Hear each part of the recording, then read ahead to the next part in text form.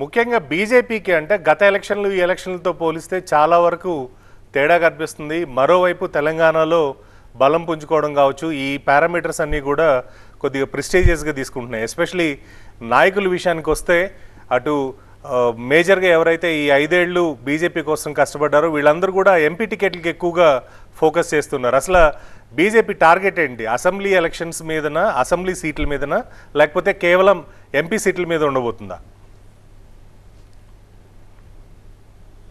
అంటే తెలంగాణకు వచ్చినటువంటి అదృష్టం మాకు ఈ రాష్ట్రంలో ఉన్నటువంటి ఇబ్బందికర పరిస్థితులు 2 రకాలుగా చెప్పుకోవాలండి. ఒకటి, జమిలీ ఎలక్షన్లో రావడం వల్ల కొంత ఇబ్బందికరమైనటువంటి పరిస్థితులు జనరల్గా ఉంటాయి. వాళ్ళకి ఏమైపోయిందంటే అసెంబ్లీ ఎలక్షన్స్ ముందు రావడము, తదనంతరం ఈరోజు ఎంపీ పార్లమెంట్ ఎన్నికలు వస్తున్నటువంటి నేపథ్యంలో కేంద్రంలో నరేంద్ర మోడీ గారు తప్పనిసరిగా 100% రావాలి అధికారం లేకని ప్రజలందరూ కూడా భావిస్తున్నటువంటి నేపథ్యంలో పాజిటివ్ ఓట్ బ్యాంకు కొంత ఎక్కువగా టర్న్ అయ్యేటువంటి అవకాశం తెలంగాణలో ఉంది.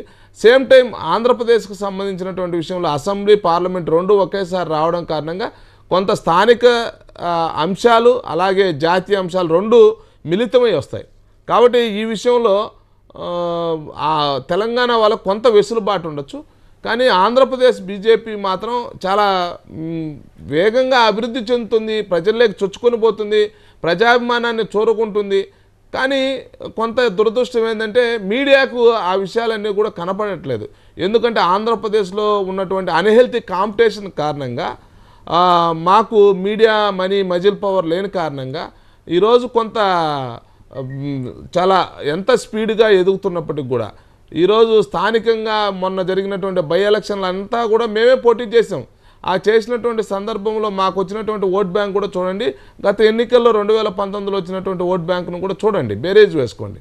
పెరిగినప్పటికి కూడా దాన్ని పెరిగింది అని చెప్పడానికి కూడా కొందరు ఇబ్బంది పడేటువంటి పరిస్థితి, చూపించడానికి ఇబ్బంది పడేటువంటి పరిస్థితి. తప్పనిసరిగా ఆంధ్రప్రదేశ్లో మేము చాలా ప్రభావవంతమైనటువంటి రాజకీయ పార్టీగా ఎదిగామనేటువంటి విషయంలో ఎవరూ కాదనలేనటువంటి సత్యం. ఈరోజు ఆంధ్రప్రదేశ్ రాజకీయాలన్నీ కూడా భారతీయ జనతా పార్టీ చుట్టూనే తిరుగుతున్నాయనేటువంటి విషయాన్ని కూడా అర్థం చేసుకోవాలి.